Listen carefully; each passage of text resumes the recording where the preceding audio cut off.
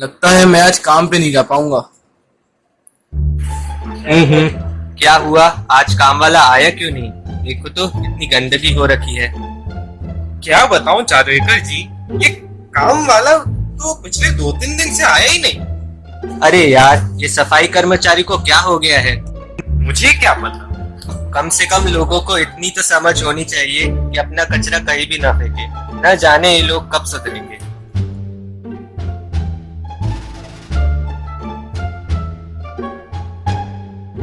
ये देखिए, न जाने किसने टॉफी खाकर रैपर फेंक दिया। ये सब शोभा देता है क्या? अरे भाई, पढ़े लिखे लोगों की कुछ जिम्मेदारी बनती है कि नहीं कि वो अपने आसपास के इलाके को साफ रखें। बात तो सही है, किसी न किसी को तो ये पहल करनी ही पड़ेगी। तो इस नेक काम में देरी कैसी? करिए पहल, हम आपके साथ हैं। हाँ हाँ, क्यों नहीं।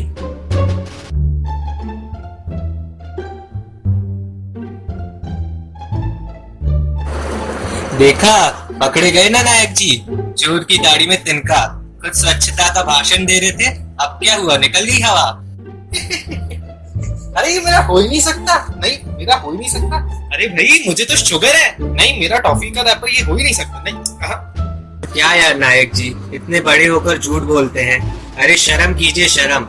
आप जैसे गैर जिम्मेदार लोगों की वजह से ही कूड़ा कचरा फैल रहा है। ठीक है, ठीक है। तो क्या हुआ? यहाँ पे तो पहले से ही गंदगी फैली हुई है। यही तो दिक्कत है नायक जी, लोग वहीं गंदा करते हैं जहाँ गंदगी होती है।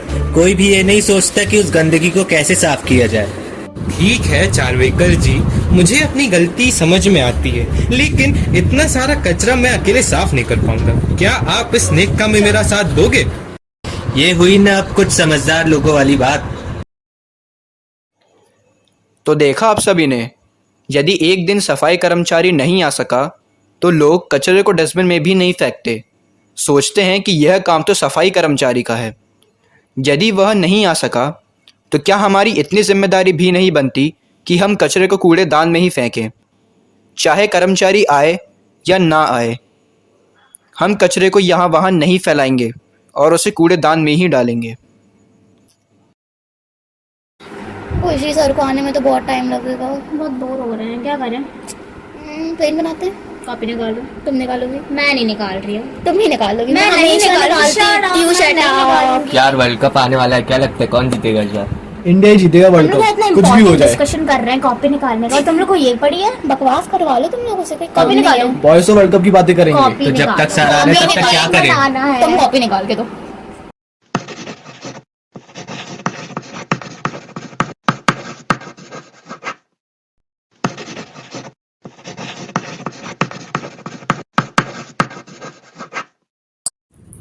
ये सब क्या लगा रखा है? बेवकूफ हो क्या तुम लोग?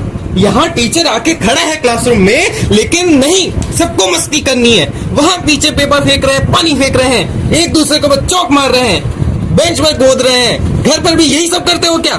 स्कूल को गार्डन समझ रखा है?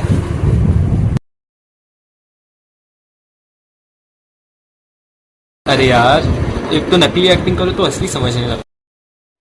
अच्छा, तो कोई मुझे बता सकता है आज क्या है?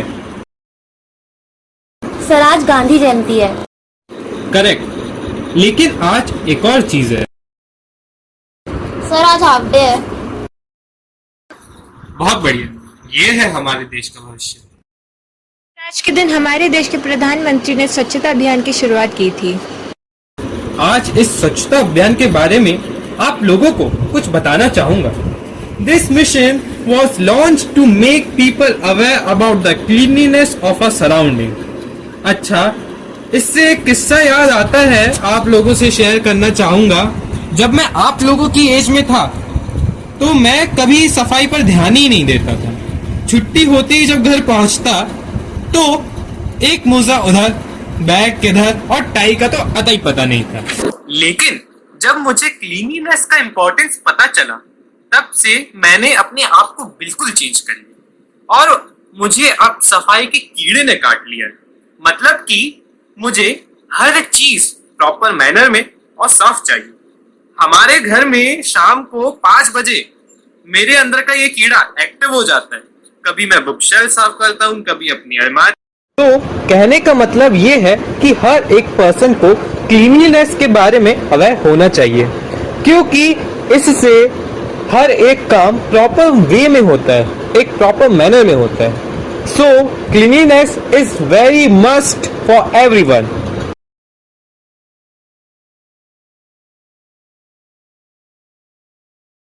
हालचाल ऐसी है, लेकिन आजकल मैं देख रहा हूँ ये कचरा बहुत ज्यादा फैल रहा है। ये गली नुक्कड़ मोहल्ले इतना सारा कचरा हो रहा है। लेकिन देशमुख जी और गुप्ता जी, आपको नहीं लगता कि हमें कुछ करना चाहिए? बात सही कह रहे हैं आप। हाँ, इस बात आप भी सही कह रहे हैं। मैंने ये खबर उड़ते उड़ते सुनी है कि मोदी जी 1 लाख रुपए देंगे जो कचरा समेटेंगे। क्या ये सच है? आपको क्या लगता है देशमुख जी, क्या ये बात सच है?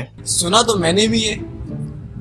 ऐसे हो सकता है, वो मोदी साहब कुछ भी कर सकते हैं। भाई हम तो पूरा जबलपुर साफ करते हैं पैसों के लिए। बात तो सही है। और गुप्ताइन जी इतना कचरा लेकर कहाँ चली? कहाँ जाएंगे शुक्लाई, कचरा ही डालने जा रहे हैं। इतना कचरा महीने टू महीने डालते नहीं हो क्या डस्टबिन में?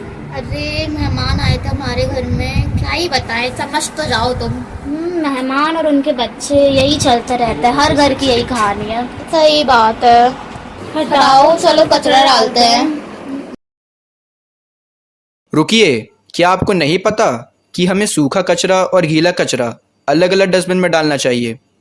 हमें सूखा कचरा नीले डस्टबिन में और गीला कचरा हरे डस्टबिन में डालना चाहिए, क्योंकि सूखा कचरा रिसाइकलिंग प्रोसेस के लिए चला जाता है और गीला कचरा डिकम्पोज हो जाता है।